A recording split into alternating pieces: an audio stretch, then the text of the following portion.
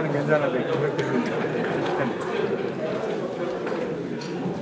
제2요구 관련해가지고 갔거든요.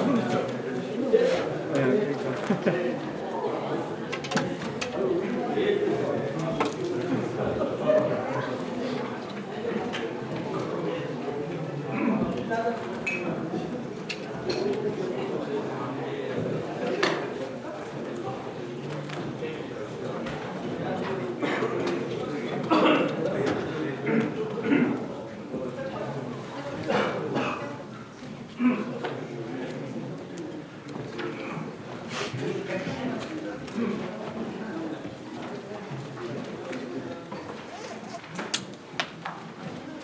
살짝 이렇게 놓치는 방법을 한번 생각하시는 것 같아요.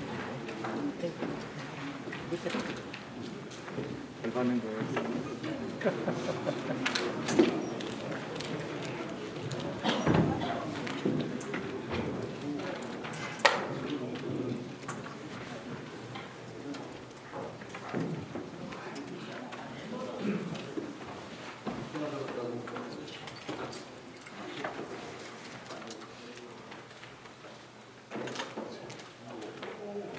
의석을 정돈해 주시기 바랍니다.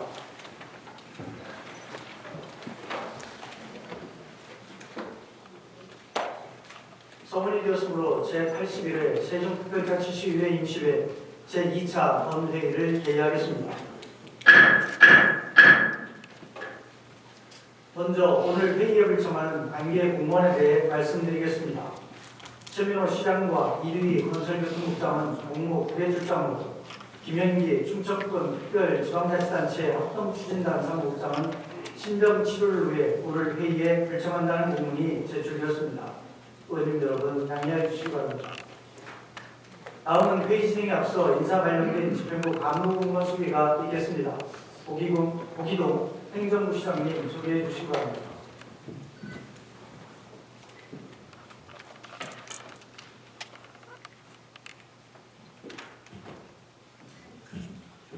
부시장 보기동입니다. 지난 3월 11일자 공사 발령에 따라 연동된 신입 간부 공무원을 소개해드리겠습니다. 장거래 소방본부장입니다. 네, 이상 간부 소개를 마치겠습니다. 부시장님 수고하셨습니다.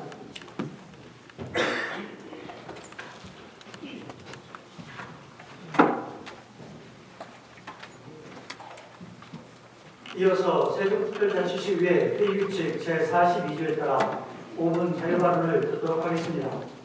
5분 자유발언은 김현규 의원님, 김동빈 의원님, 최원석 의원님, 김현욱 의원님, 김재영 의원님 이상 5분이 신청하셨습니다.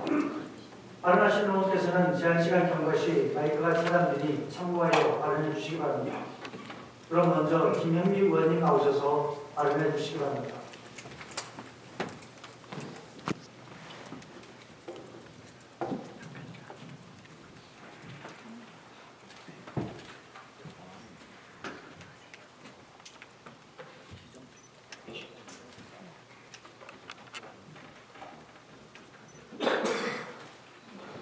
존경하는 39만 세종시민 여러분, 안녕하십니까. 서당동을 지역구로 두고 있는 더불어민주당 소속 김의원입니다. 본 의원은 최근 국방부와 세종시 조치원 비행장기 비행안전구역을 대폭 축소하는 시행령 개정안을 입법 예고한 것에 대해 적극적인 환영을 표하며 이번 개정안 시행이 조치원읍과 연서 연동면 일원의 주민재산권 침해 문제의 해소를 넘어 상대적으로 납부되었던 세종북부권 균형 개발에 구체적인 대책을 촉구하고자 이 자리에 섰습니다. 조치원 비행장은 1970년 조성된 이후 50년 넘게 지원항공 작전 기지로 운영됐으며 그로 인해 작전기지 주변 조치원과 연서 연동면 일원 약 16.2제곱킬로미터가 비행안전구역으로 지정되어 지역 주민들은 소음 피해와 재산권 침해를 겪어왔습니다. 그동안 고도제한구역이 지역으로 이용되어 온 곳은 북쪽으로는 조치원읍 신흥리, 서쪽으로는 연서면 성재리, 동쪽은 연동면 내판리, 남쪽은 공안정과 미호강, 합류 지정까지입니다. 일단 지역 일대가 비형안전구역으로 지정되면 이창인 소음뿐 아니라 건축물 구조가 제한돼 건축행위나 부동산 매매, 담보대출 등에서도 재산상 불이익을 당하게 됩니다. 이처럼 오랜 기간 고통 속에서 살아온 세종시 주민 약 2,600명은 2011년 본격적으로 비행장 이전을 요구하였고 2013년 대책위원회를 구성하여 총리실과 국민권익위원회에 민원을 제기하였습니다. 결국 주민들과 시, 국회의원, 시의원들의 끊임없는 노력 끝에 2018년 7월 조치원 연기기장 통합이전사업 합의각서를 이끌어내는데 성공하였습니다. 이러한 일련의 과정 끝에 조치원 비행장 기지 등급을 하향 조정하여 비행 안전 구역이 16.2제곱킬로미터에서 약 2.5제곱킬로미터로 축소되는 것이 예견된 수순이었다는 것입니다. 계획대로라면 사업이 마무리가 되는 2025년 12월 이후에 비행안전구역을 조정하려고 했던 것이지만 2022년 10월 1771명의 지역 주민분들이 국민권익위원회에 비행안전구역 사전 해제를 요청하면서 국방부의 시행령 입법 예고를 앞당기게 된 것입니다. 그러므로 시는 이번 비행안전구역 해제 결정에 대해 환영만 할 것이 아니라 국가균형 발전을 위해 행정수도 세종이 만들어진 그동안의 발전이 정체되었던 북부권 발전을 위해 다음과 같이 노력해 주실 것을 제안드리고자 합니다. 첫째, 비행안전구역에서 해제되는 85% 지역에 대한 향후 발전 계획과 이해제 지역에 거주하는 15% 주민에 대한 피해 방지 대책을 제시해 주시기 바랍니다. 수원시의 경우에는 군공항이 1954년도에 들어섰고 도시가 팽창함에 따라 주민들이 공동협의체를 구성해 군공항 이전의 건의를 지속하였으며 이전 결정이 확정되면서 시에서는 지역 발전을 위한 미래 청사진 스마트폴리스를 발표하였습니다. 이는 종전부질, 환경, 문화, 첨단 기술 등 세 가지 주제로 개발한다는 계획으로 1년 동안의 국토연구원 연구 용역을 거쳐 마련하게 된 계획이었습니다. 반면 연기비행장의 통합 이전 후에 개발 계획이나 발전 계획은 사실상 LH 주도의 조치원 연기 공공주택 지구 조성에 그치고 있으며 구조 제한 이후에 주변 지역과 연계된 종합발전 방안에 대해서는 언급되지 않고 있다는 것입니다. 효과적으로 택지가 개발되기 위해서 시의 계획적이고 체계적인 구도심의 정비 방안 마련과 주변 개발 계획을 사전에 수립하여 그동안 낙후되었던 지역을 활성화하기 위해 철저하게 준비하여야 할 것입니다. 더 나아가 구도 제한에서 해제되지 못한 15%의 주민들을 위해 어떤 방식으로 불편을 해소하고 지원을 할 수 있을지 다시 한번 검토가 필요한 때입니다. 둘째, 시는 시행령의 입법 예고 기간이 끝나더라도 심사 통과 후 시행될 때까지 현 과정에 대해 면밀히 살피고 진행해온 지역 국회의원과 지속적으로 소통하여 최종적으로 마무리될 때까지 관심과 노력을 아끼지 말아야 합니다. 향후 세종시 북부권의 균형 개발을 위해서는 주민들의 의견에 귀 기울이고 주민들의 여론을 수렴하여 읍면동이 동반 성장해 나가는 구조가 되어야 된다는 것입니다. 그러기 위해서는 구도심, 종합발전 계획과 조치원 연기 비행장 통합이전 사업이 어떻게 진행되고 있는지 비공개가 아닌 수시로 주민과 공유하고 로드맵을 제시해 주셔야 할 것입니다. 본 의원이 제안한 사항들을 적극 시정에 반영해 주실 것을 다시 한번 당부드리며 본 발언을 마치겠습니다. 경청해 주셔서 감사합니다. 김현미 의원님 수고하셨습니다.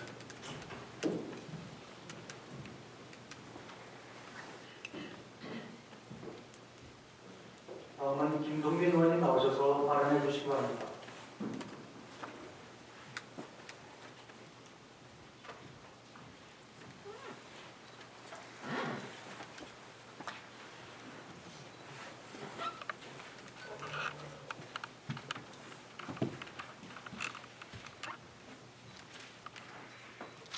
사랑하고 존경하는 39만 세종시민 여러분 안녕하십니까.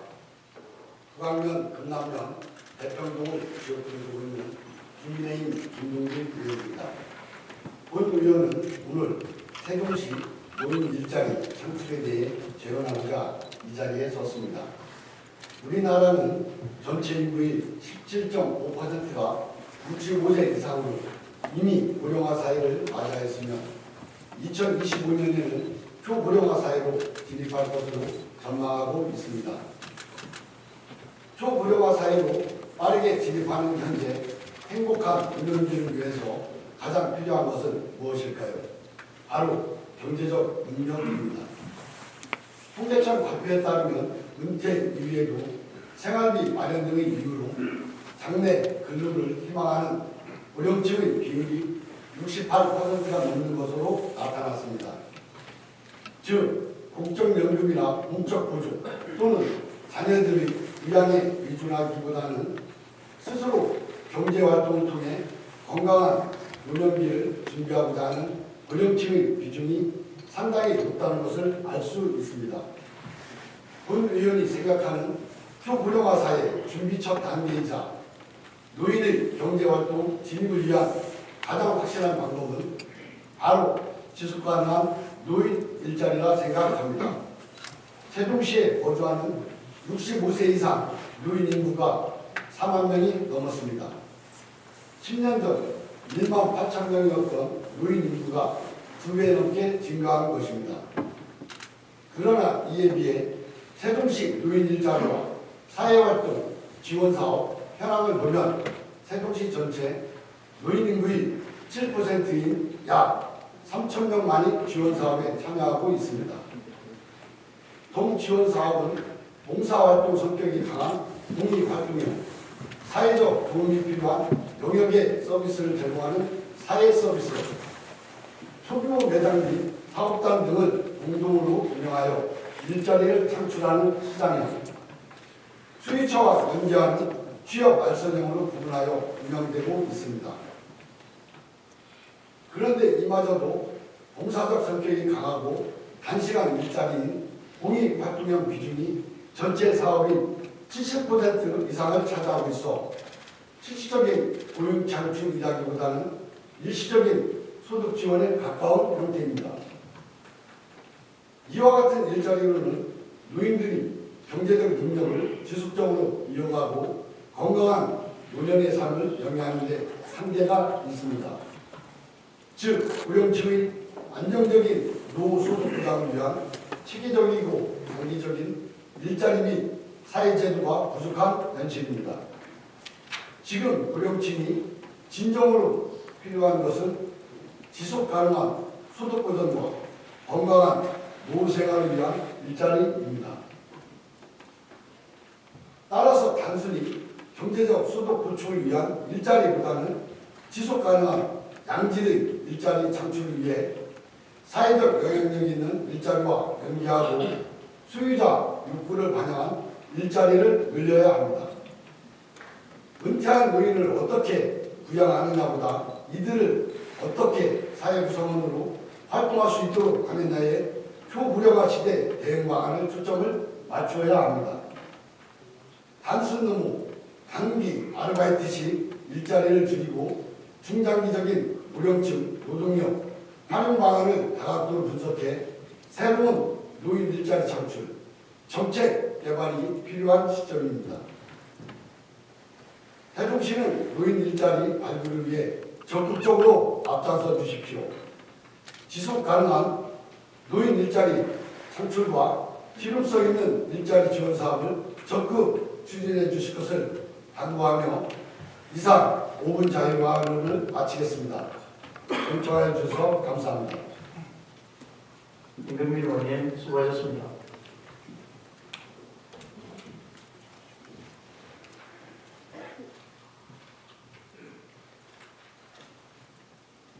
다음은 최원성 의원님 나오셔서 발언해 주시기 바랍니다.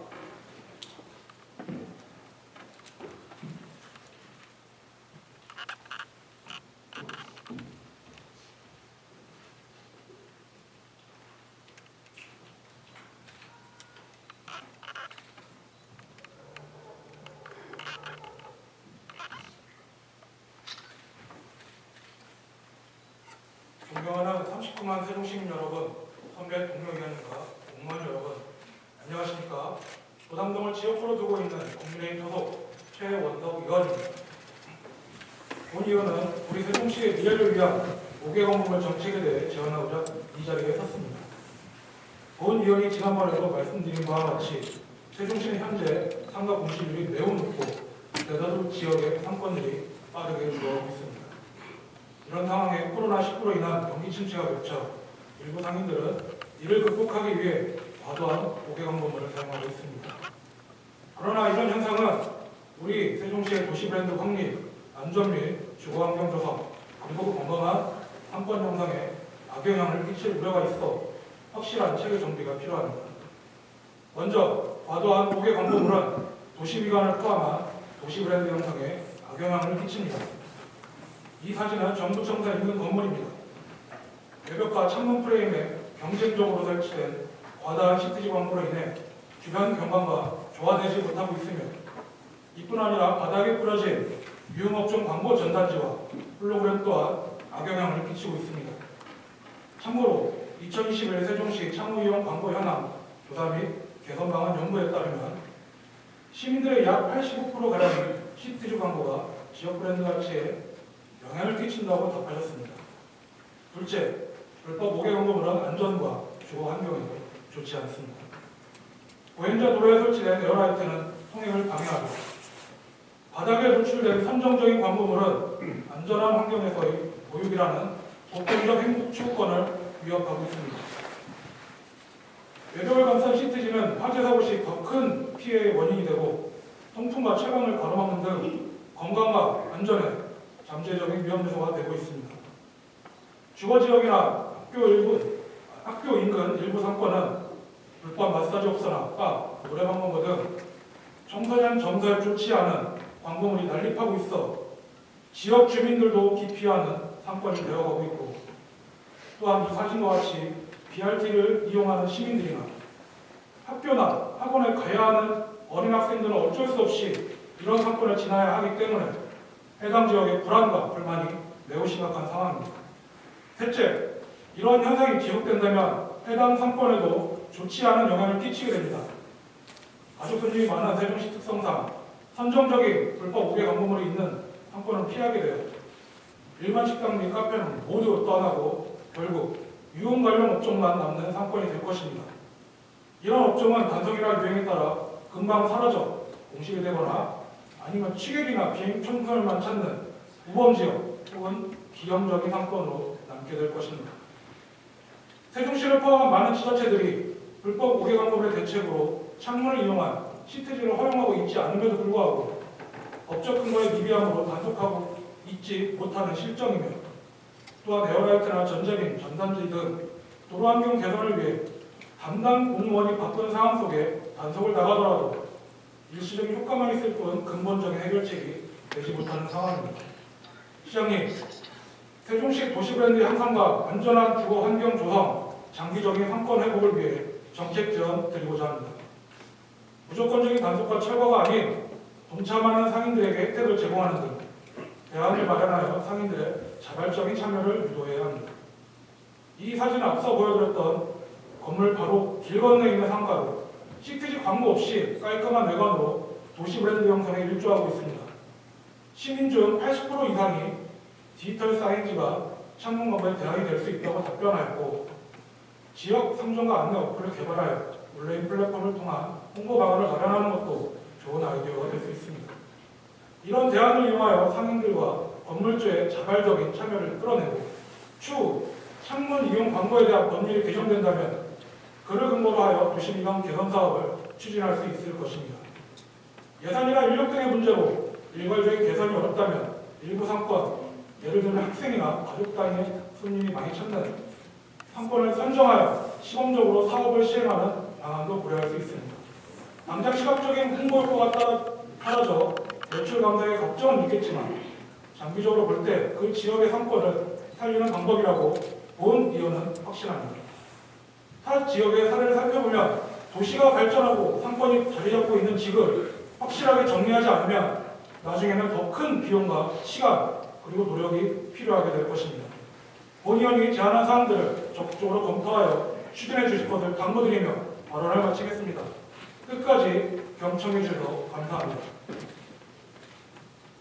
전원석 의원님 수고하셨습니다.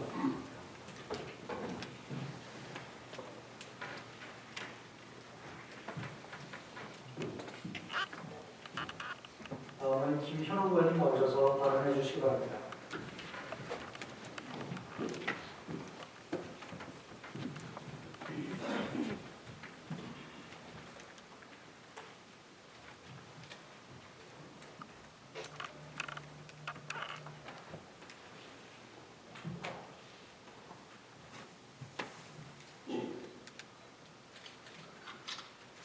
안녕하십니까. 존경하는 39만 세종시민 여러분, 선배 동료 어른과 공무원 여러분, 새롬동을 지역구로 두고 있는 더불어민주당 소속 김현옥 의원입니다. 저는 오늘 소규모 학원 및 가외 교습소 관리의 제도적 맹점으로 인한 학대와 성범죄의 사각지대를 알리고 세종시 모든 학생들의 건강한 학습권을 보장하기 위한 정책 개안을 제시하려고 합니다. 얼마 전 세종시에서 공부방을 운영하는 강사가 여중생에게 마약 유인 졸피뎀을 먹이고 강제추행한 성범죄 사건이 발생했습니다. 최근 1심 판결문이 언론에 보도되면서 세상에 알려졌지만 항소가 진행될 경우 해당 강사에 대한 행정적 조치를 취할 수 없는 것이 현실입니다. 더욱 우려되는 것은 이와 유사하거나 심각한 성범죄 사건들이 지속되고 있다는 점입니다. 최근 충남 천안에서는 학원장이 2010년부터 2021년까지 원생 4명을 총 1,000여 차례에 걸쳐 성추행하거나 성폭행한 혐의로 재판을 받고 있습니다. 또한 성범죄 전과자의 교육시설 취업도 문제입니다.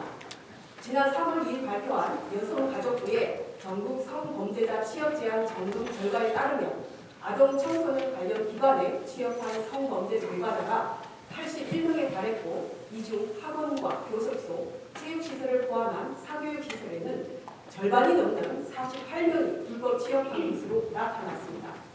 전국적으로 적발 인원이 2019년부터 3년간 감소하다 2022년부터 다시 증가세로 돌아섰다는 점에서 더욱 적극적이고 선제적인 예방책과 대응책에 대한 논의가 필요한 시기입니다.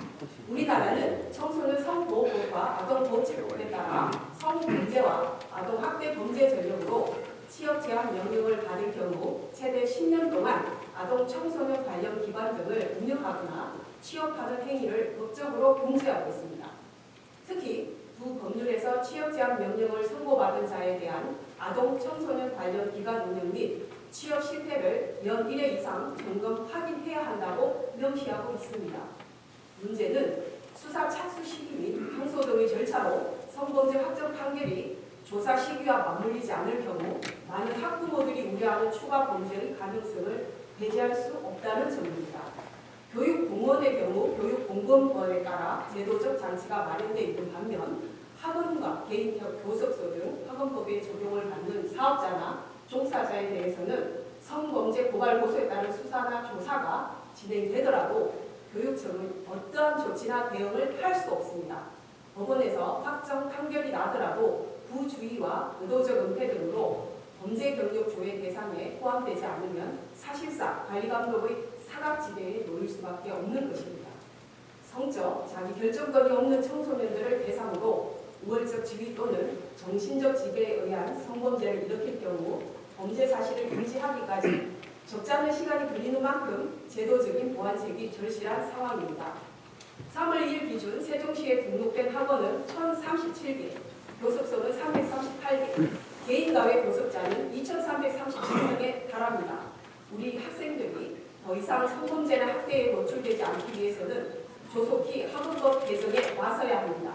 성범죄 및 아동학대와 관련해 경찰에 고소고발장이 접수되었을 경우 다른 수강생들을 분리 조치하고 학부모들이 알 권리를 보장하는 차원에서 이 사실을 알리는 것을 의무화해야 합니다.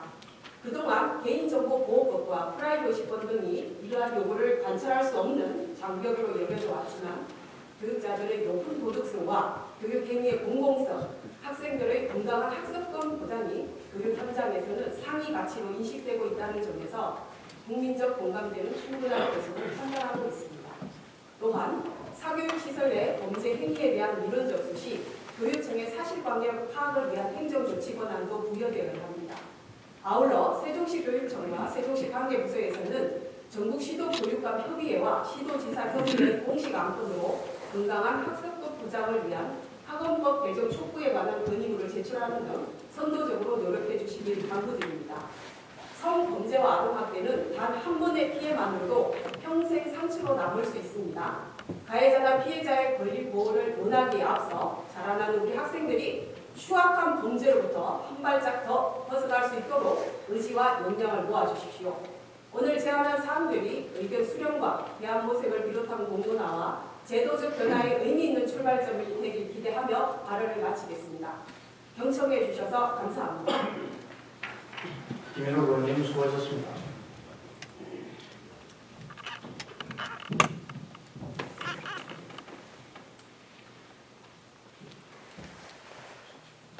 다음은 김재현 의원님 나오셔서 발언해 주시기 바랍니다.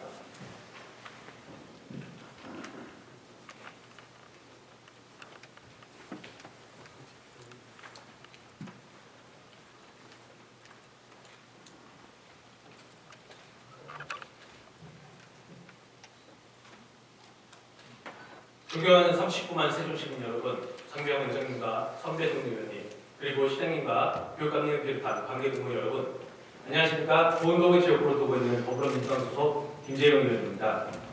본 의원은 오늘 도로안전 확보와 사건 활성화를 위해 세종역 정차 폭기존 추진을 촉구하고자 이 자리에 섰습니다.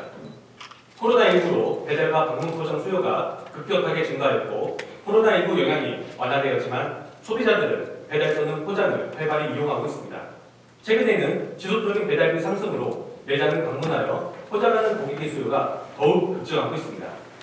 그러나 포장 방문을 이용하는 고객들은 복잡하고 협소한 지하주차장에서 어려움을 겪거나 아파트 상가를 이용하는 경우에는 입주민과 공동으로 주차장을 사용하면서 번거로운 확인 절차로 어려움을 토로하고 있으며 볼라드와 펜스 등 교통시설물로 접근성이 제한되어 상가 이용에 불평과 불만이 제기되고 있습니다. 상가를 잠시 이용하는 고객의 주차 불편 문제는 밖의 정차, 불법 주정차를 야기하고 나아가 차량 흐름을 방해하고 사고 위험을 증가시키고 있습니다. 접근성이 떨어지는 상가는 이용객이 줄어들 수밖에 없고 소상공인들은 직접적인 타격을 받을 수밖에 없습니다. 세종시의 현안이 상가 분실 문제와 더불어 기존의 소상공인 보호를 위해 적극적인 대책 마련이 필요한 상황입니다. 사건 활성화와 접근성의 연관성은 여러 차례 입증된 바 있습니다. 2019년 대구광역시 도심 3권 활성화 방안 연구에 따르면 도로와 주차장 이용이 편리해서 방문자 주차 공간이 확충되어 있어서 점포와 가로의 기능적 연계가 잘 되어 있어서 등의 요인이 방문 빈도를 증가시키는 것으로 나타났습니다. 이에 시에서도 문제점을 인지하고 볼라드와 펜스 등의 교통시설물 적정성 검토를 실시하여 보행 안전을 해치지 않으면서 사건 접근성을 높일 수 있는 방안으로 포켓 주차장 또는 드롭존 설치를 검토하고 있습니다. 포켓 주차장은 미국 뉴욕, 독일 프랑크푸르트, 벨기에 브뤼셀, 프랑스 파리 등 여러 국가에서 시행되고 있으며 국내의 경우 서울시와 순천시, 포항시, 충남 예산군 등에서 시행하고 있습니다. 서울시는 2015년부터 교통 혼잡을 해결하기 위해 종로구와 중구의 포켓 주차장 시범 사업을 시행하였고 이후 동대문구 등 사업을 확대 실시하였습니다. 순천시와 포항시에서도 교통 편의 증진을 위해 고도 일부를 좁혀 포켓형 주차 공간을 만들었습니다. 그러나 임시 주차장 주정차를 위해 만들어진 포켓 주차장은 장기 주차로 인해 원활한 순환이 안 되어 오히려 도로와 고도의 혼잡을 야기하거나 상가 이용객이 이용하지 못하는 등 본래의 취지를 잃고 운영되는 부작용도 나타나고 있습니다. 본 의원은 타시도의 포켓 주차장의 단점을 보완하여 포장 공문 등 잠시 동안 상가를 방문하는 고객의 이용 편의를 돕기 위해 고도 일부를 정차 구역으로 변경하는 세종역 정차 포켓존 도입을 제안하고자 합니다. 우선 기존의 보행 편의를 저해하지 않는 고도폭과 전면 공간을 가진 곳을 선정하여 시범적으로 사업을 실시하고 향후 상가 이용객 및 소상공인의 만족도와 시범사업 결과에 따라 세종역 정차 포켓존 사업을 확대해 주시길 바랍니다. 도로의 구조시설 기준에 관한 규칙 제16조 3항에 따르면 보도의 유격폭은 최소 2m 이상으로 하여야 하지만 지방지역의 도로와 도시지역의 국지도로는 지형상 불가능하거나 기존 도로의 증설, 개설 시 불가피하다고 인정되는 경우에는 1.5m 이상으로 할 수 있습니다. 세종시는 도로에 비해 보행로와 자전거 도로가 넓어 사업 추진이 용이한 측면이 있습니다. 보행자의 통행 경로를 따라 연속성과 일관성을 유지하면서 정차 포켓존을 설치한다면 상가 이용객의 이용 편의와 상가 활성화를 도모할 수 있습니다.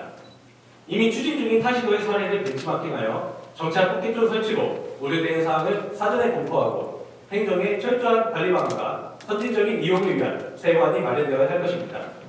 이에 예산 및 관리기관 확보 등 구체적인 사업 추진 방안을 강구해 주시기 바랍니다.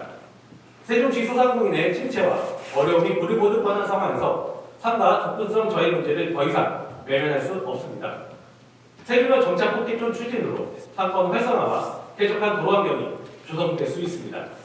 본 의원이 제안한 사안들을 적극 검토하고 추진해 주실 것을 당부드리며 본 발언을 마치겠습니다. 끝까지 공청해 주셔서 감사합니다. 김재용 의원님 수고하셨습니다.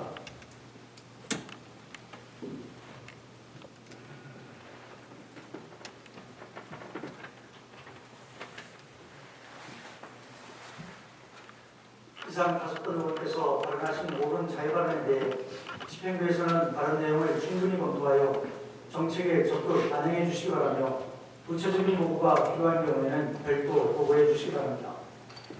그러면 의사일정에 들어가도록 하겠습니다. 의사일정 제1항 시정에 대한 질문권을 상정합니다. 질문에 앞서 진행 방법에 대해 간략히 안내 말씀드리겠습니다. 오늘 질문하신 의원은 김효수 의원 한 분이며 1문 1답 방식으로 30분간 진행하겠습니다. 김효수 의원께서는 시정 질문 시 답변 공문을 지정한 후 질문하시기 바랍니다. 제한 시간이 경과되면 발언대의 마이크가 자동으로 차단되니 참고해 주시기 바랍니다.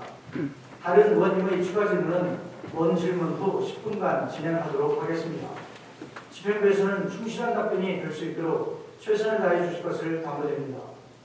그럼 지금부터 시정 질문을 시작하도록 하겠습니다. 김효수 의원님 나오셔서 질문해 주시기 바랍니다.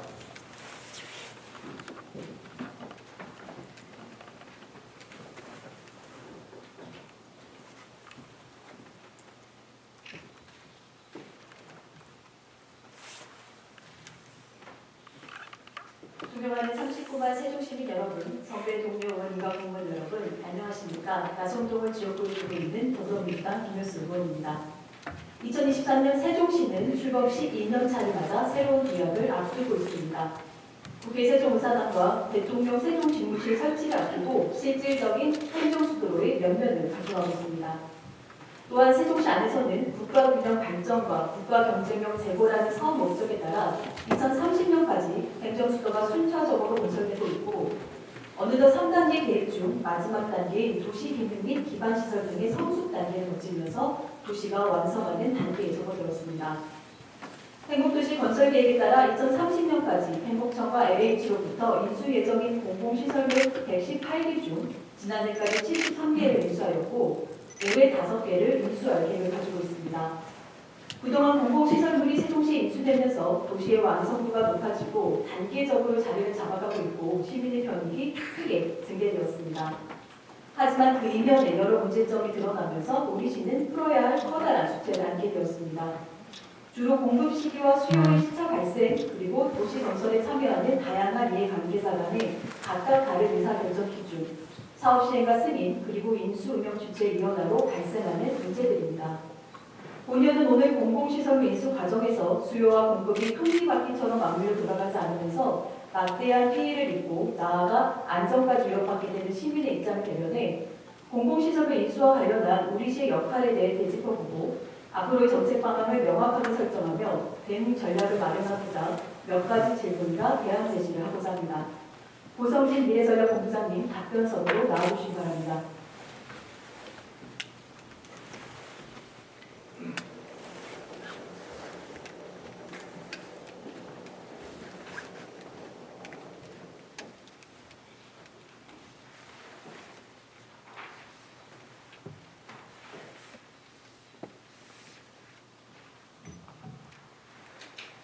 네, 안녕하십니까 본부장님. 2023년 첫 시정식을 통해 만나뵙게 되어 반갑습니다. 반갑습니다. 네, 먼저 지난해 우리 시에서 인수한 공공시설물과 올해 인수 예정인 공공시설물이 무엇인지 간략하게 말씀해 주시겠습니까? 예, 공공시설물 같은 경우 저희가 세 가지를 구분해서 분류하고 있습니다. 공공시설이고요, 공공건축물, 방역도 세 가지 분류하고 있습니다. 의원님께서 잘 아시겠지만 저희는 행복청에서 건설하고 있는 공공건축물과 방역도가 있고요. LH가 건설하고 있는 공공시설이 있습니다. 작년 같은 경우는 총 5개소가 저희가 인수를 받았습니다. 공공시설 1개소, 공공건축물 3개소, 방역도 1개소고요. 올해 같은 경우는 역시 5개소가 인수되고 있습니다. 공공시설 2개소, 공공건축물은 3개소가 인수되고 있습니다. 예. 일단 공공시설물 중에서 우리 주민들 일상생활과 가장 밀접한 우리 공공건축물인 복합 커뮤니티 센터, 복검과 관련해서 질문 좀 드리겠습니다. 우리 복검은 전국 최초로 신도시 지역 전구역을 대상으로 주민센터와 6개 유형의 주민 편의 지원 시설, 복합한 유일무이한 시설입니다. 또한 행복정부로부터 인수받는 총 50개 공공건축물 중 22개로 가장 많은 수를 차지하고 있기도 합니다. 현재 인수받은 복검과 그리고 인수받을 예정인 복검에 대해서 간략하게 말씀해 주시겠습니까? 저희가 그 인수받는 예정 계획이 있습니다. 공공 시설물 복검은 총 22개소가 되어 있습니다. 요즘 14개소는 좀 인수를 받았고요. 8개소는 2030년까지 인수를 좀 받을 예정입니다. 생활권별로 중국이 되는 절차에 따라서 복검이 건설되다 보니까 시기별 차이가 있습니다. 네. 그 중에서 나성동 복검에 대해서 잠깐 여쭤보겠습니다. 나성동 복검은 행복청이 2022년 9월 완공을 목표로 했는데 11월이 돼서야 준공이 됐고 아직 개청이 이루어지지 않았습니다. 나성동 복검과 관련해서 시에서 파악하고 있는 문제점이나 주민이나 형태는 어떤 것이 있는지 답변해 주십시오. 일단은 총괄적으로 복검 건립 시기가 흔히 말해서 주민들 입주 시기하고 차이가 있다 보니까 총괄적인 불편한 점이 있고요. 나성동 복검 같은 경우는 크게 두 가지 저희가 파악을 했는데 첫 번째는 이제 어린이집 개원 시기가 통상 3월 1일에 개원을 해야 되는데요. 공사 아무래도 좀 안 되다 보니까 개원 시기가 좀 문제점이 있습니다. 그거에 따라서 그게 이제 다니실 어린이들 입장에서 학부모도 마찬가지고요. 이런 불편함이 있고요. 두 번째 공공 서비스 측면으로 봤을 때는 과거에는 이제 세동동에서 나성동까지 같이 좀 묶어져 있습니다. 나성동 주민들 입장에서는 세동동 부천까지 가시면 상당히 멀기 때문에 불편한 점이 있었죠. 이거는 개청이 3월 30일 됐습니다. 개청을 하게 되면 좀 불편이 하실 때를 보여주습니다. 네, 잘 아시다시피 우리 복검공사가 지연되면서 아까 하셨던 어린이집 개원이 늦어졌죠. 오늘 13일인데 우리 관내 유초 중고가 대부분 지난 2일날 계획을 했고 학사 일정이 진행하고 있습니다. 불과 한 달이나 시차 차이 때문에 80명가량의 원아들이 공공교육을 제대로 받지 못한 채 지금 꼼짝없이 대기하고 또한 육아 공백이 생겨서는 안 될 맞벌이 부모님들은 3월 한 달 동안 인근의 다른 어린이집까지 보내면서 어린이집 및 유치원, 인근까지 피해를 입고 있는 상황입니다. 시민의 입장을 조금만 더 생각했다면 저는 개원 일정 조정은 가능했으리라 봅니다. 결국 행정 편의지가 불러온 참사라고 저는 생각합니다. 제가 민원부서로부터 받은 자료를 분석해봤더니 최근 5년간 민원 콜센터로부터 접수된 복검 개청과 관련한 문의만 해도 200건이 넘었습니다.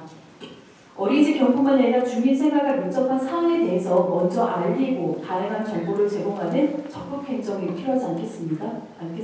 예, 공장이 어떻게 생각하시죠? 일단 불편한 점을 드린 점에 대해서는 죄송하다는 말씀드리고요.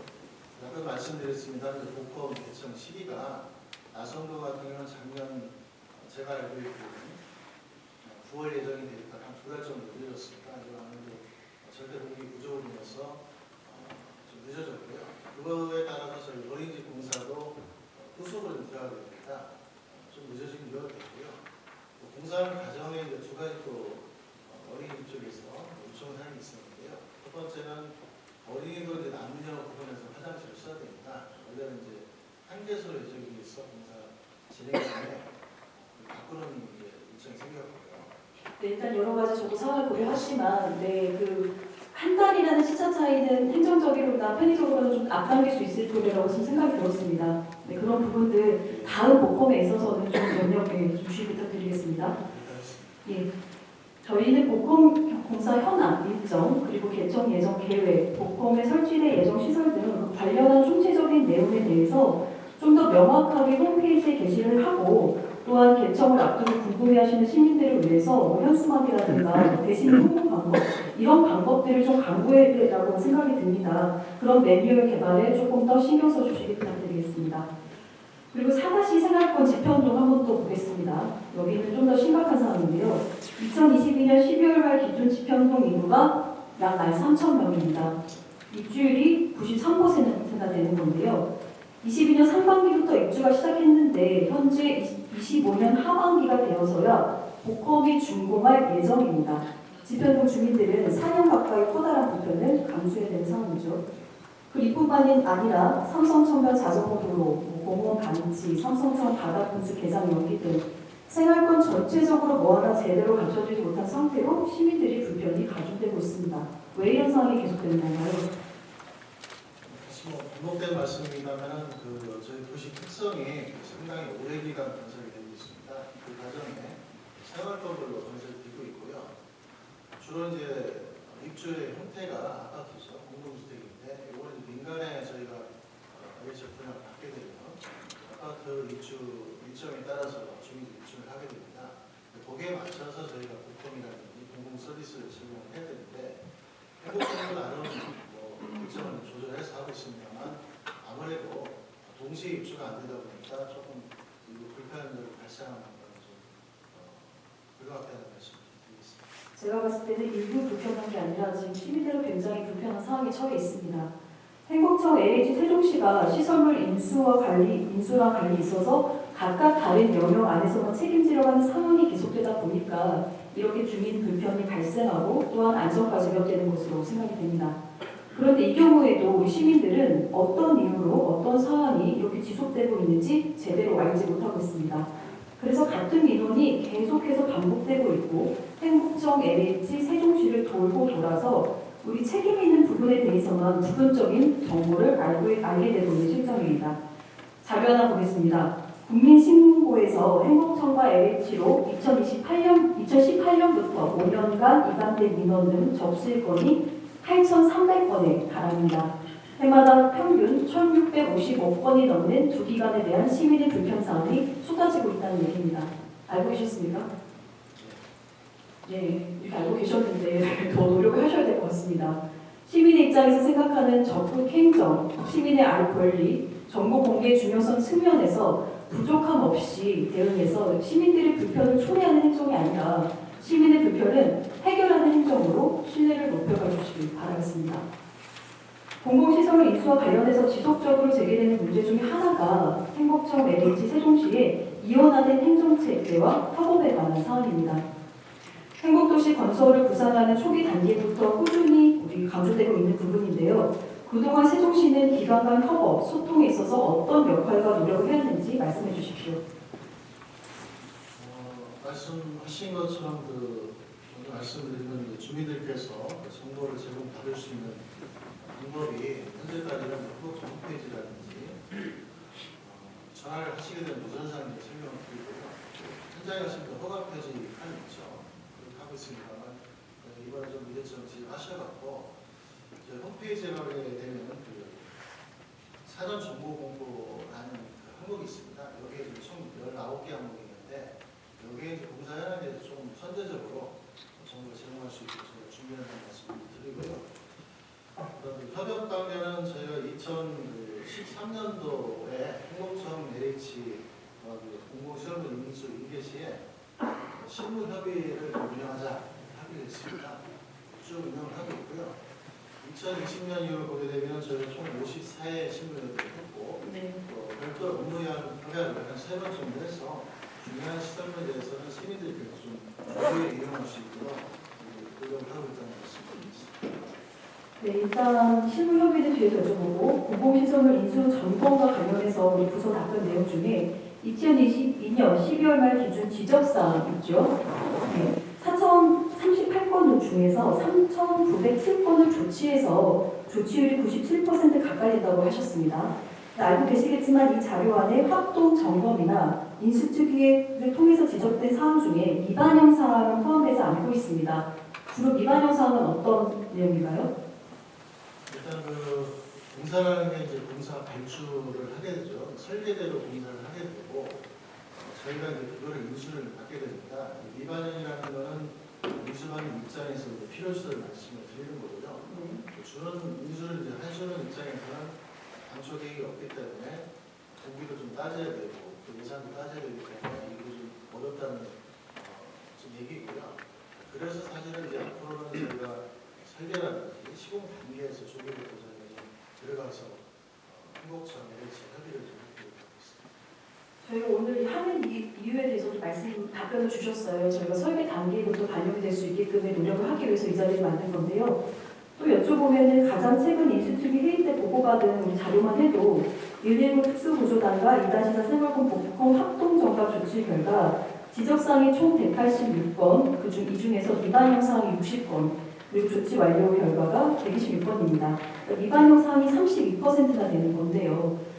아까 말씀 다 주셨습니다. 이제 행복청 의견에 따르면은 설계도서 미반의 품목으로 향후 유지 및 운영 관리 여건에 따라 변경 용화 이런 내용이기 때문에 추후에 저희 시에서 인수받고 난 다음에 필요에 따라서 저희 시비를 들여서 바꿔야 되는 그런 사항들이 계속해서 생겨나기 때문에 저희가 이런 자리를 통해서 그런 상황을 개선하는 방법에 대해서 지금 말씀드리는 부분입니다. 네, 말씀하셨던 부분도 이제 설계 단계부터 하셨다는 부분, 그 부분 다시 한번 설명 부탁드리겠습니다. 예, 지적 잘하신 것처럼 인수 단계에서 요구사항을 좀 얘기를 하게 되면 아마도 말씀드린 것처럼 공기도 있고 추가적인 예산 확보에 어려움이 있기 때문에 저쪽에 그러니까 행복청이나 LH 입장에서는 설계도를 공사했기 때문에 추가 반영이 좀 어렵다는 것을 좀 보셔야 하고요. 앞으로는 어쨌든 시민들이 이용하시는 게 불편함이 없어야 되기 때문에 조기에 설계 단계에서 저희 시 요구사항이라든지 물론 통일된 요청사항이 되어 있습니다. 요청사항이 중간에 바뀌면 안 되기 때문에 그런 과정에 요청하게 되면 행복청 LH에서 좀 반영이 있어서 공사를 하게 되면 인수 과정에서 이런 지적하신 사항이 발생하지 않을 것으로 좀 보고 있습니다. 그런 쪽으로 노력을 하도록 하겠습니다. 네. 또 한 가지 여쭤보면 지난 2월 10일에 저희 공공시설물 인수정보특별위원회 회의가 열렸었죠. 그때 행복청 관계자가 참석하셨습니까? 네, 참석 안 하셨습니다. 예, 안 하셨죠. 제일 많은 답변을 해야 할 당사자가 없으면 회의가 원활하게 진행되지 않습니다. 또한 민원을 듣고 의견을 적극적으로 반영해야 할 당사자 없이 우리끼리 회의가 무슨 소용이 있겠습니까? 네, 앞으로도 그런 부분들 적극적으로 함께 할 수 있는 부분에 대해서 고민을 좀 해주셔야 될 것 같습니다. 시 차원에서 지금까지 반복적으로 지적되는 미반영 사항이나 시설 인수, 리모델링 요소들에 대한 데이터를 구축을 해서 아까 말씀하셨듯이 이후에 예정된 공공시설물에 대해서는 설계 단계에 시의 의견이 반영될 수 있도록 체계화를 해야 합니다. 우리 시가 주도적으로 체계적인 시스템을 만들어 운영하고 관련한 협의 절차를 제도화하는 것이 중요하다고 다시 한번 강조드리겠습니다. 이어서 우리 시가 인수받을 대상은 아니지만 도심 곳곳에 빈 땅으로 남아있는 유휴지에 대해서 질문드리겠습니다. 행복도시 내 유휴지가 얼마나 분포되어 있는지 또한 어떻게 관리되고 있는지 본부장님께서 간략하게 설명해 주십시오. 유휴지라 하면 이제 흔히 말해서 개발 계획에 토지 이용 계획이 있습니다. 거기 특정 용도로 구분이 되어 있는 거예요. 땅의 용도가요. 요즘에 그 땅의 주인이 현재는 LH니까요. LH가 수요자의 이익을 공급하지 않은 땅이 되어 있습니다. 거기 유휴지고요. 네. 저희가 파업이 교란송 현재 508개소에 218만 제곱미터 되어 있습니다. 네. 이 중에서 저희가 어쨌든 그 소유랑 관리권은 LH이기 때문에 시민들이 이용하시는 그 배소 쪽에 좀 있는 그 위치에 대해서는 저희가 뽑아줘서라든지 이런 주차장 이용을 이렇게 LH 협조를 받아서 이용 중에 있습니다. 일단 저는 질문에서 관리라고 표현을 했지만 사실상 관리가 아니라 좀 많은 곳이 방치가 되고 있는 상황입니다. 본연이 방치되고 있는 대표적인 사례를 영상으로 보여드리겠습니다.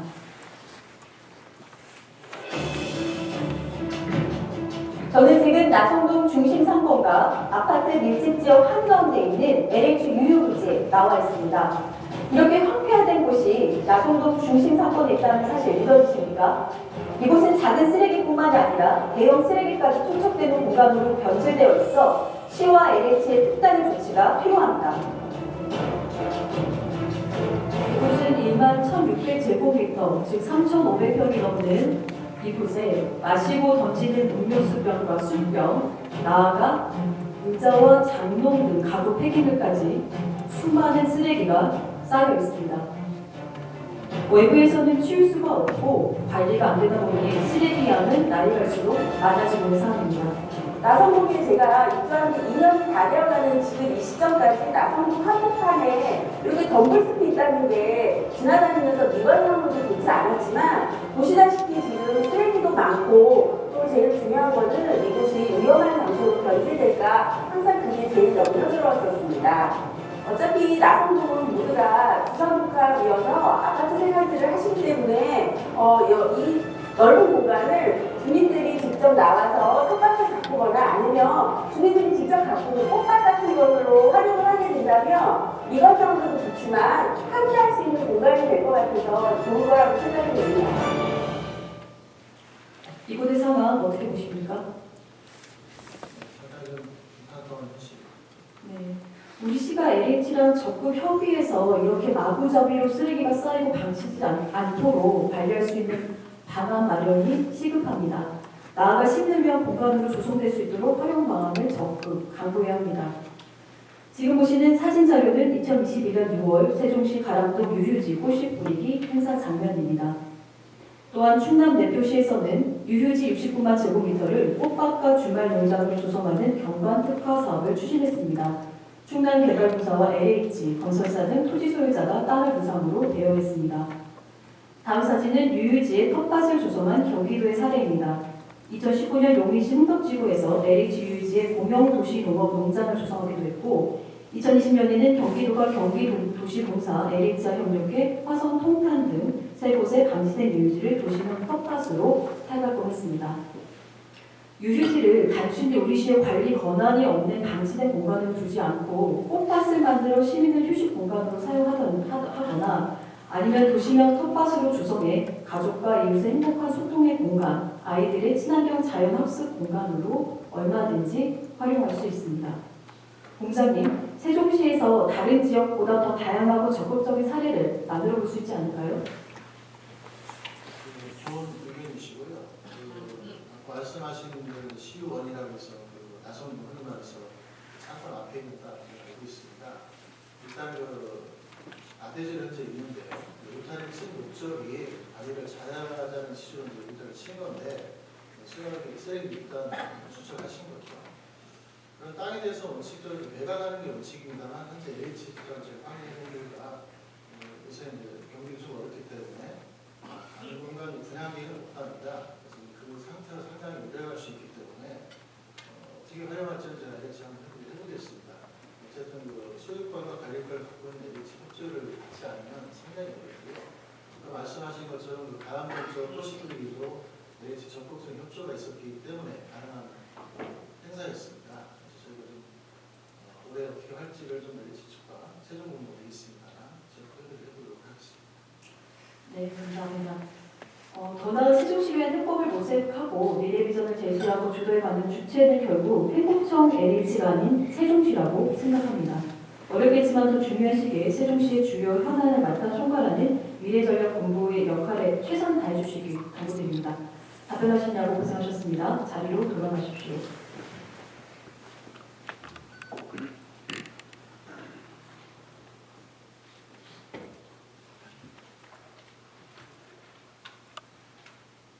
이준배 경제부시장님 답변석으로 나와주시기 바랍니다.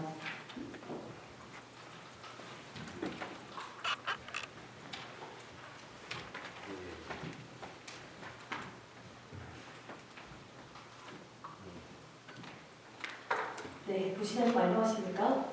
네, 반갑습니다. 네, 수정 질문에 응해주셔서 감사합니다. 저희 세종시의회 회계 일정표는 연초 집행부에 미리 공유가 됩니다. 그럼에도 불구하고 지난해 11월에 열린 제79회 정례 시정질문에 이어서 최민호 시장님은 국회 출장의 권유로 불참하셨습니다. 1년에 단 2차례만 있는 시정질문은 시장이 직접 출석해 답변해야 있는 의무가 있는 중대사항입니다.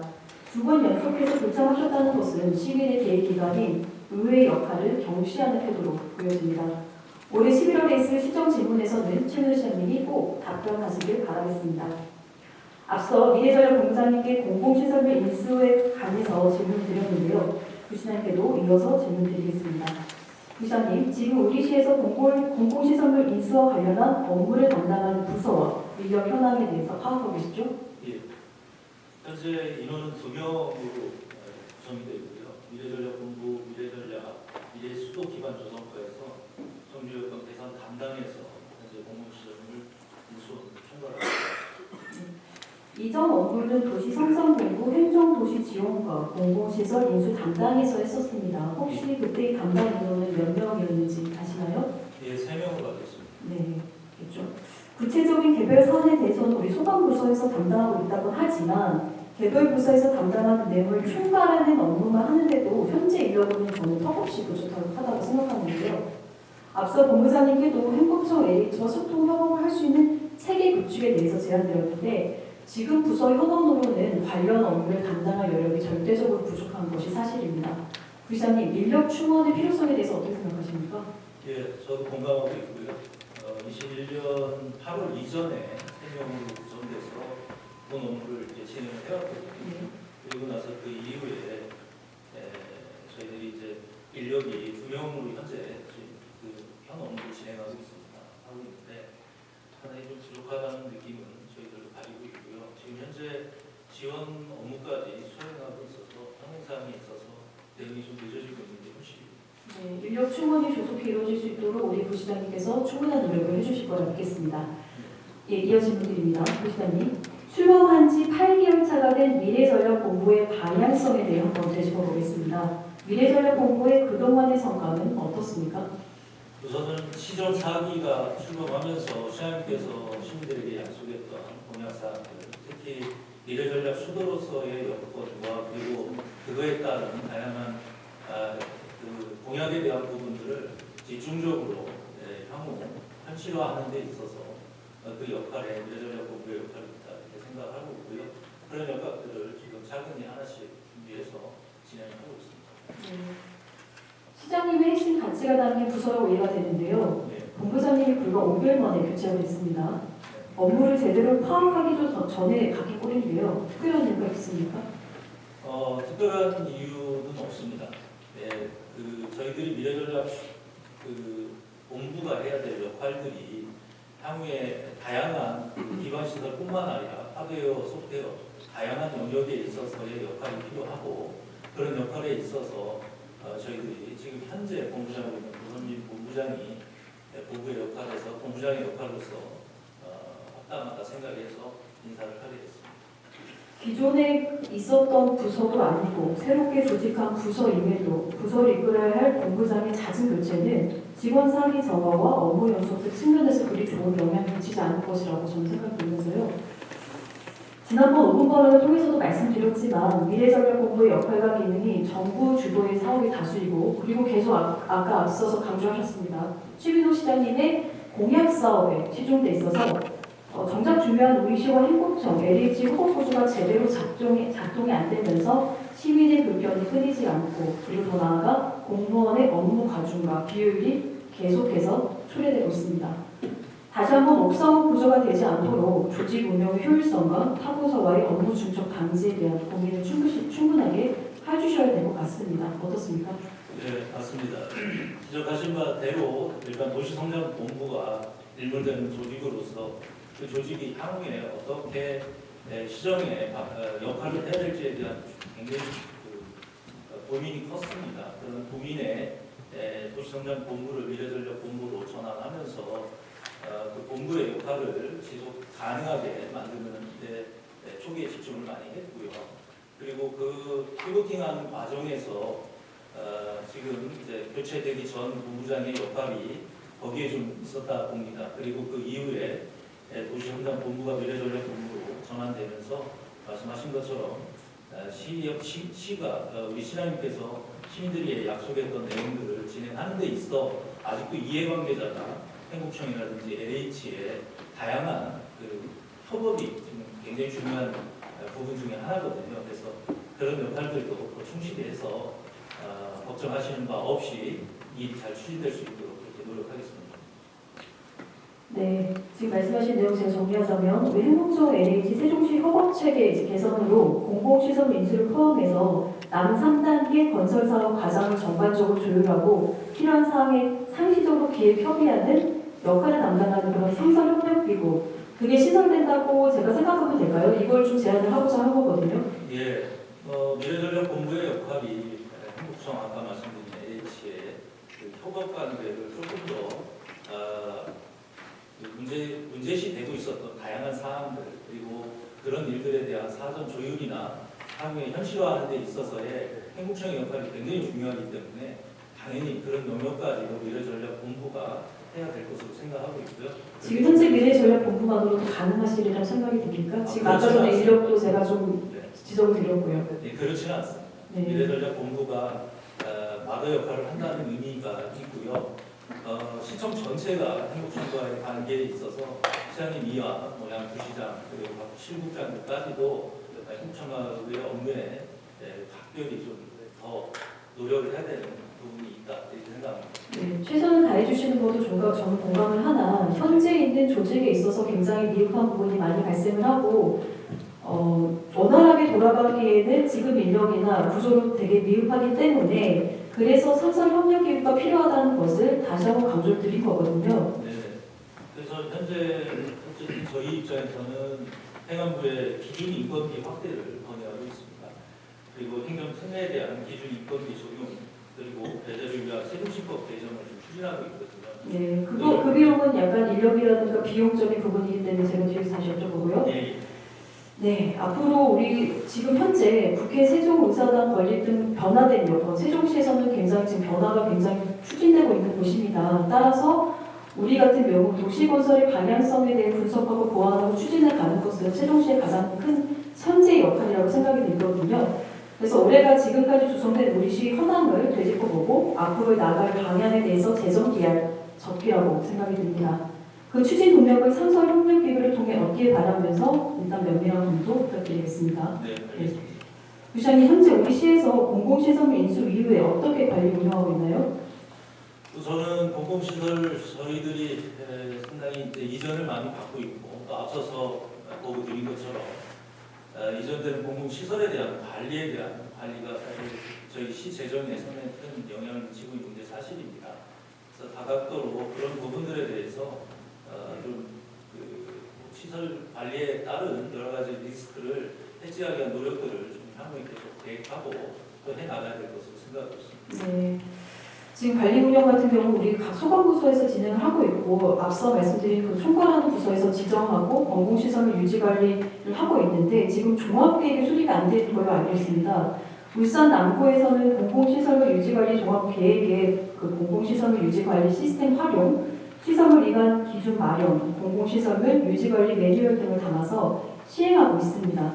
특히 공공시설물 유지관리 시스템을 활용해서 운영부서에서는 공공시설물 점검 현황을 입력한 후에 보수 조치 등의 이력 관리를 하고 있습니다.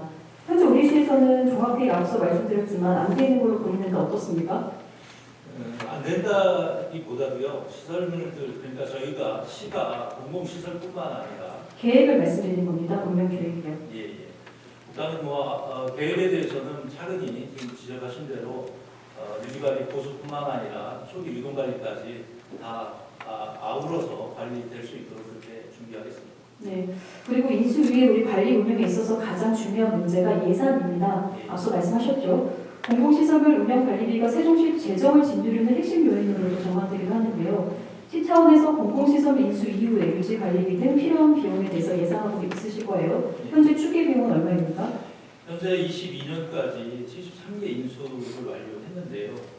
인수 완료 이후에 30년까지 앞서 말씀드린 것처럼 45개를 추가해서 118개 인수 예정이고 있습니다. 현재 유지관리비가 2025년 한 해에 1,973억 원, 그래서 20년 대비 64%가 증가를 했거든요. 30년에 지금 추계는 연간 2,527억 원이 예상되고 있습니다.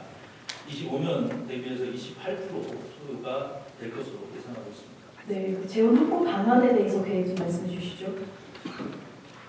우선 시의 자치사무 수입자 부담 원칙에 따라서 직접적으로 국비 지원은 사실 어려울 것으로 예상이 됩니다. 그래서 시는 시비 투입이 불가피하다 판단하고 있고요. 유지관리비 부담을 일부 완화하고자 해서 지금 현재 보통교부세 재정 특례 유지를 위해서 세종시법 개정을 추진하고 있습니다. 그래서 내용을 들여다보면 지금 보존 비율을 현재 25%에서 50%까지 상향하는데 세종시법의 개정을 지금 추진하고 있고요. 적용 기간도 올해 1월입니다. 그래서 30년까지 연장하기 위한 노력을 법에 담기해서 지금 현재 추진 중에 있습니다. 세종시건설이 국책사업으로 추진되고 있다는 점에서 저는 행복청 LH로부터 인수받은 공공시설물 유지관리 비용을 어느 정도 국가에서 부담해야 한다고 생각하는데요. 공공시설물 중 국가가 지속적으로 관리할 필요성이 있는 시설에 대해서는 정부관리시설로 지정해 관리하는 방안과 함께 이러한 법적 근거를 세종시법에 담는 방안에 대해서도 논의가 필요합니다. 제일 중요한 것은 주요 현안을 풀어갈 때 시차원의 행정력을 더해서 기관적 차원의 기획력, 조정력에 대한 기대가 큰데요.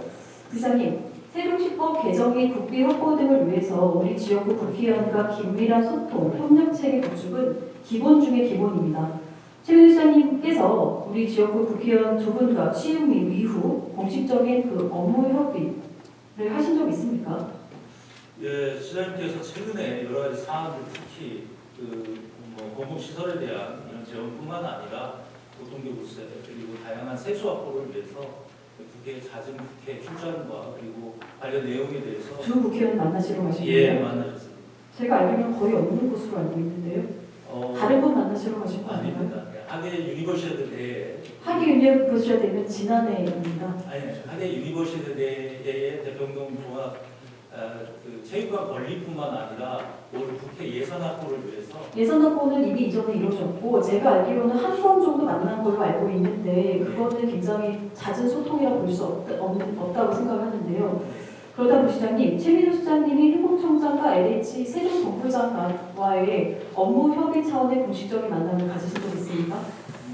현재 공식적인 만남을 떠나서 지속적으로 저희 세종시 입장에서는 앞서 말씀드린 것처럼 행복청, LH는 중요한 사업 파트너이고 또 저희들이 함께 일해야 될 중요한 위치에 계신 분들입니다. 그래서 지속적으로 영업 관리를 해야 된다는 측면도 저는 중요하게 생각합니다. 그런데 공식적인 만남을 가지신 적 있으십니까? 시장님이 두 양 기관장님. 예, 공식적으로 만난 적 있습니다. 제가 관련 부서 확인해본 결과 아직까지 공식적인 만남이 없었다는 답변을 받았는데요. 글쎄요, 그걸 공식이다 비공식이다 이렇게 규정하는 부분이 어떤 기준인지는 모르겠습니다만은 우선은 당선자 신분에서도 행복청장을 실질적으로 만났고요. 당선자 신분에서 만나신 건 알고 있습니다. 하지만 이후에는 공식적으로 업무 협의를 한 적은 없는 걸로 답변을 받았습니다. 그러다 부시장님께서는 기관장급 간담회 대체 이렇게 공식적인 소통에 대해서는 어떻게 생각하십니까? 당연히 해야 된다고 생각합니다. 네. 부시장님도 잘 아시다시피 지방정부의 수장의 중요한 역할 중 하나가 시실과 날씨처럼 촘촘하면서 외연이 확정된 인적 네트워크 연결고리를 만들어서 우리 시에 필요한 예산을 확보하고 행정력을 키워가는 것입니다. 여기에는 여야가 없고 어제의 적도 오늘의 동지가 없고요. 만나고 싶은 사람, 편한 사람만 만나서는 일이 해결이 안 된다는 겁니다. 특히 우리 시는 2030년까지 행복청과 LH와의 공고한 협력체계 구축이 무엇보다 중요합니다. 사업부서에서는 업무 협의를 할 수 있습니다. 하지만 큰 틀에서 방향성 설정은 기관장만 할 수 있는 일입니다. 특히 저희 보시면 최근 청주시장이 행복청장을 만나 지역 현안에 대한 협조를 구했다는 언론 보도가 있었습니다. 시장님께서는 행복청장 출신인데다 이상민 행복청장의 여권 인사라 시너지를 기대하는 시민이 많습니다. 하지만 아직까지 그러한 모습이 보이질 않아 참으로 안타깝습니다. 부시장님, 그럼 시장님이 지역구 양 국회의원뿐만이 아니라 양 기관장을 만나서 다양한 논의를 하실 수 있도록 적극 추진해 주실 거라 믿으면 되겠습니까? 예, 알겠습니다. 네. 질문 이어가겠습니다. 이상민 행복청장이 언론 인터뷰에서 행복도시 건립 후에도 행복청이 지속해야 한다고 말씀하셨는데요. 이에 대해서는 어떻게 생각하십니까? 법상 2030년이면 행복청의 역할이 다 마무리되는 거겠죠. 네, 현재 그거에 따른 다양한 이야기들, 소위 얘기하는 행복청의 입장이나 또 행복청에서 근무하는 직원들의 입장 이런 것들은 존재한다고 생각합니다.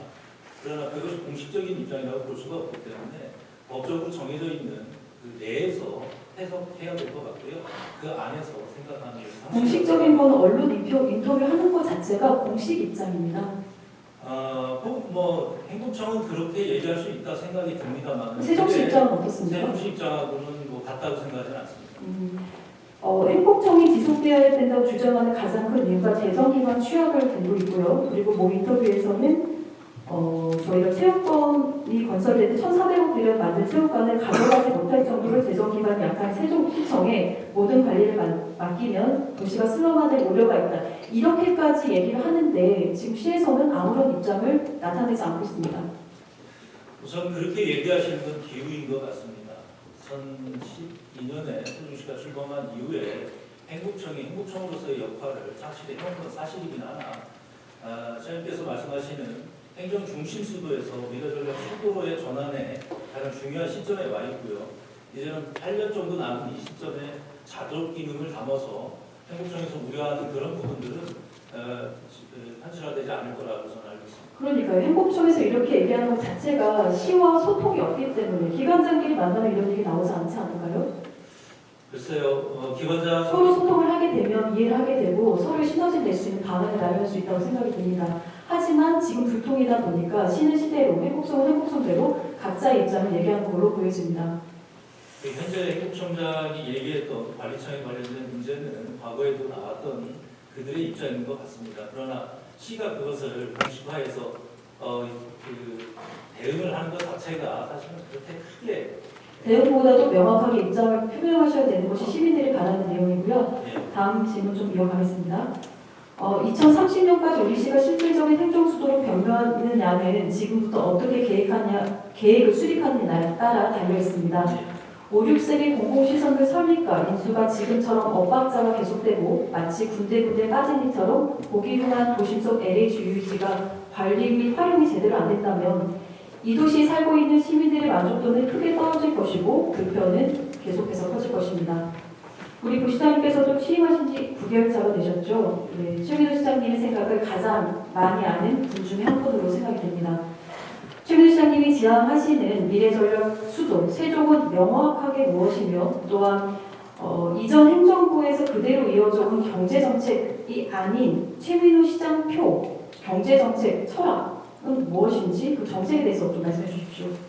네, 세종시의 탄생은 국토 균형 발전과 국가 경쟁력 강화라고 하는 큰 비전을 갖고 탄생했습니다. 현재까지 국토 균형 발전이라고 하는 의미에서 세종시는 또 행복청은 또 정부는 그거에 맞춰서 그 법에 따라서 차질 없이 추진을 해왔고요.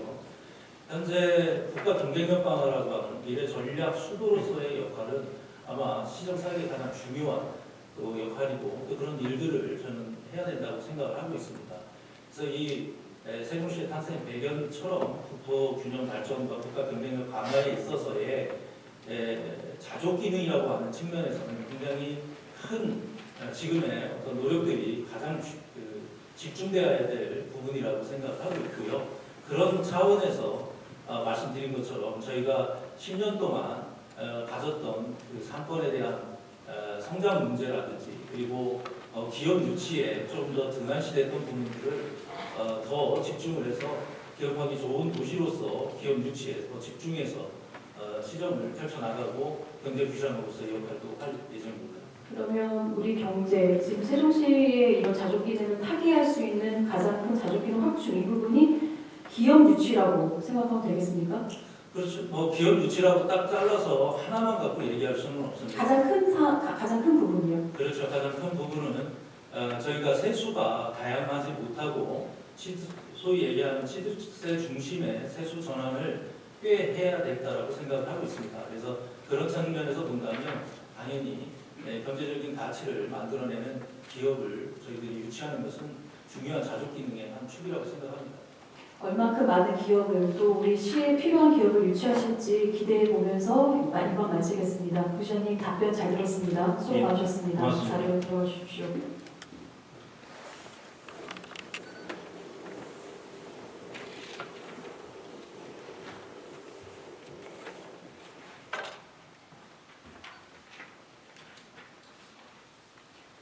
현재가 있어야 미래가 존재합니다. 미래 전략을 제대로 수립하고 최민호 시장이 지향하는 세종시로 나아가기 위한 전제 조건은 현재 시민이 만족할 만한 시의 행정이 이루어져야 한다는 것입니다. 저는 오늘 시정 제문을 통해 시와 행복청, LH와의 상설 협력 기구가 마련돼 시민 불편 사항이 즉각 해소될 수 있는 창구가 마련되고 더 나아가 세종시가 앞으로의 행정중심 복합도시 건설에 대한 파트너로서의 목소리를 제대로 낼 수 있길 바랍니다. 세종시를 살아가는 것은 결국 우리 시민이며 지방정부든 정부기관이든 시민을 위해 일하는 것이기 때문입니다.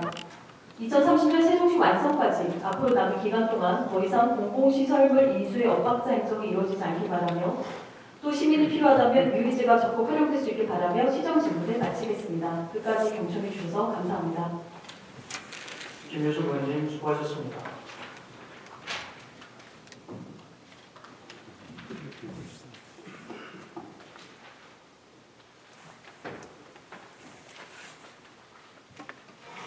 다음은 김효수 의원님의 질문에 추가 질문하실 의원이 계십니까? 추가 질문하실 의원님이 안 계시므로 김효수 의원님의 시정 질문을 모두 마치겠습니다. 성실하게 답변을 해주신 이준대 경제부시장님과 고성진 미래전략본부장님 수고 많으셨습니다. 다음은 의사일정 제2항 세종특별자치시 출자 출연기관의 운영에 관한 데 일부 개정 조례안 제2유의권을 상정합니다. 인사드림 마련하겠습니다. 의석에서 의사진행 발언이 있습니다. 임채성 의원께서 의사진행 발언을 신청했습니다. 그러면 임채성 의원으로부터 의사진행 발언이 신청되었기에 세종특별자치시 의회 회의규칙 제36조 규정에 의거 임채성 의원의 의사진행 발언을 듣도록 하겠습니다. 의사진행 발언은 세종특별자치시 의회 회의규칙 제41조 규정에 의거 10분을 초과할 수 없음을 알려드립니다. 임채성 의원님 나오셔서 발언해 주시기 바랍니다.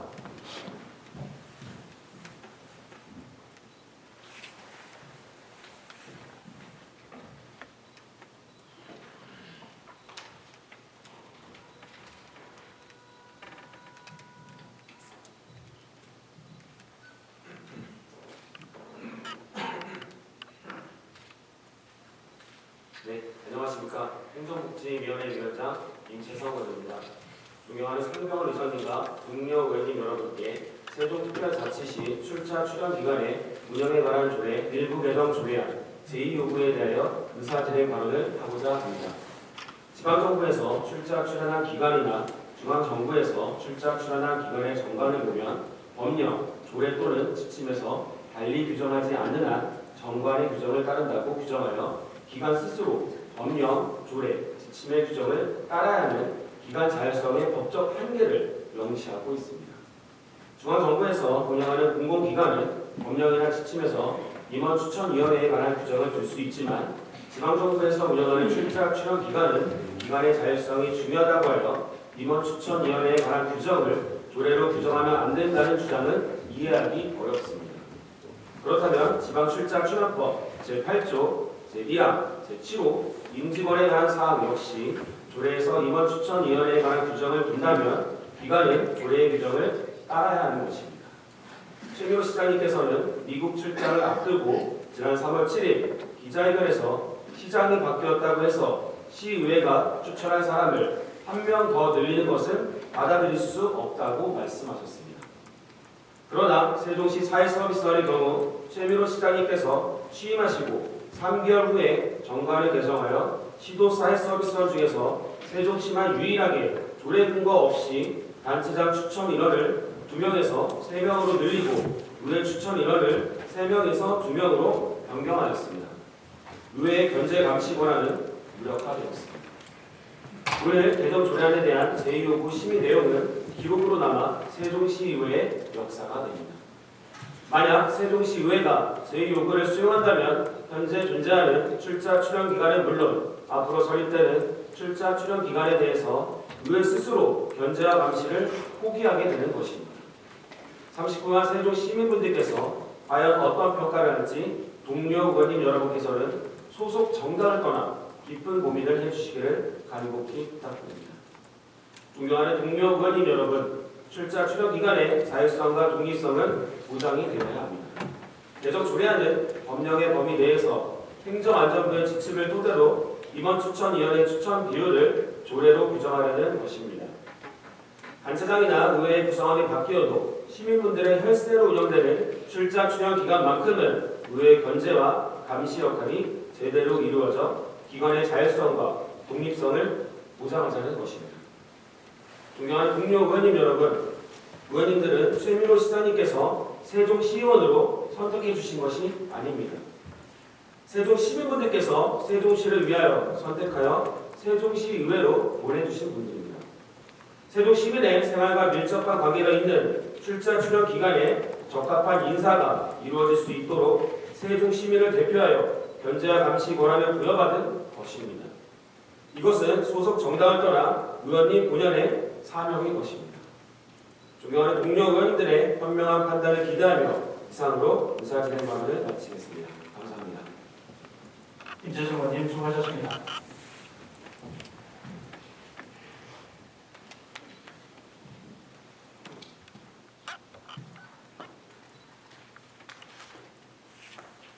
계속 진행하겠습니다. 상정된 의안번호 제3427호 세종특별자치시 출자 출연기관의 운영에 관한 조례 일부 개정 조례안 제2유고의건에 대해 잠시 안내 말씀드리겠습니다.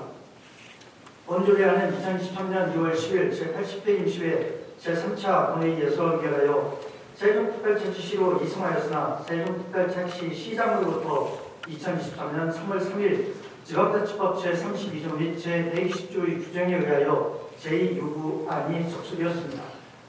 원활한 회의 진행을 위해 제2유구에 대한 제안 설명은 전자회의 시스템을 참고해 주시기 바랍니다. 다음은 질문 토론 순서가 되겠습니다만 사전에 신청하신 의원님이 한 계시므로 질의와 토론을 모두 생략하자 하는데 이의 없으십니까? 예. 이의가 없으므로 질의와 토론을 생략합니다. 본 안건 처리 절차와 관련하여 참고로 말씀드리면 제2유구된 안건은 지방자치법 제32조 제4항의 규정에 따라 제적의원 과반수의 출석과 출석은 3분의 2 이상의 찬성으로 전과 같은 의결을 하면 동조례안은 조례로 확정이되고 출석위원 3분의 2 이상의 찬성을 얻지 못하면 부결되어 동조례안은 폐기됩니다. 본안건에 대한 표결 방법은 지방자치법 제74조 및 세종시의회 회의규칙 제50조 사망에 따라 무기명 전자투표로 진행하겠습니다. 무기명 전자투표 표결 요령에 대해 말씀드리겠습니다. 투표 시작이 선포되면 의원님 좌석 오른쪽 아래 표기에 있는 재석 버튼을 누른 후 찬성, 반대, 기권 버튼 중 하나를 누르시면 되겠습니다. 투표 종료 전에 변경하고자 할 경우에는 취소 버튼을 누르신 후 좌석 투표기의 찬성, 반대, 기권 버튼을 다시 누르신 후 마지막으로 누르신 것이 최종 투표 결과로 처리되겠습니다. 다시 한 번 더 말씀드리겠습니다. 본 안건에 대한 표결은 제2요구에 대한 가부를 묻는 것이 아니라 지난 제80회 임시회에서 의결했던 조례안에 대해 다시 가부를 묻는 것으로 조례안에 대해 찬성하시면 찬성 버튼을, 반대하시면 반대 버튼을 누르시면 되겠습니다. 무기명 전자투표 결과는 찬성, 반대, 기권의 투표 합산 결과만 전광판에 표출되고 의원 개인별로 찬성, 반대, 기권 내용은 어디에도 기록이 남지 않음을 참고하시기 바랍니다. 그러면 의사일정 제2항 세종특별자치시 출자 출연기관의 운영에 관한 조례 일부 개정 조례안 제2유구의건을 표결하도록 하겠습니다. 의원님 여러분 투표해 주시기 바랍니다.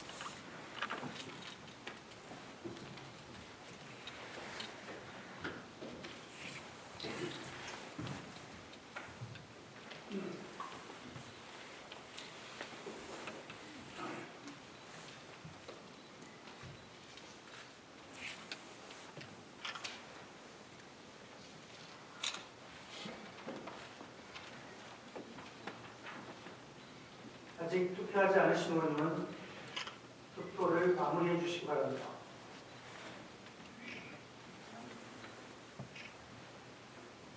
투표 다 하셨습니까?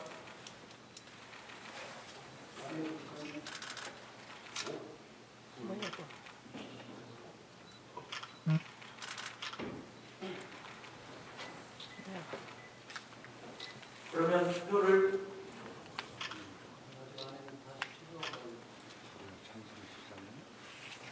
아직 투표하지 않으신 의원님은 투표를 마무리해 주시기 바랍니다.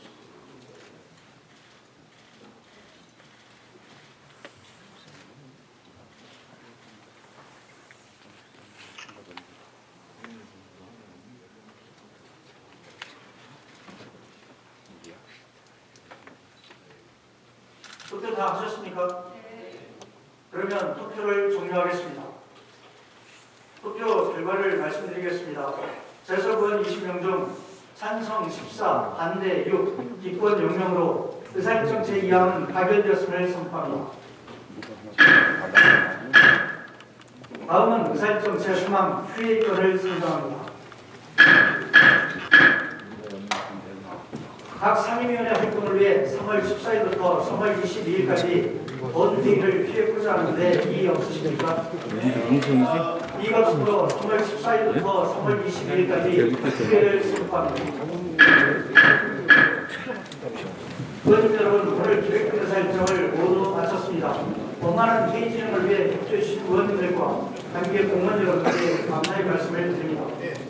이상으로 제81회 세종특별자치시의회 임시회 제2차 본회의를 마치고 제3차 회의는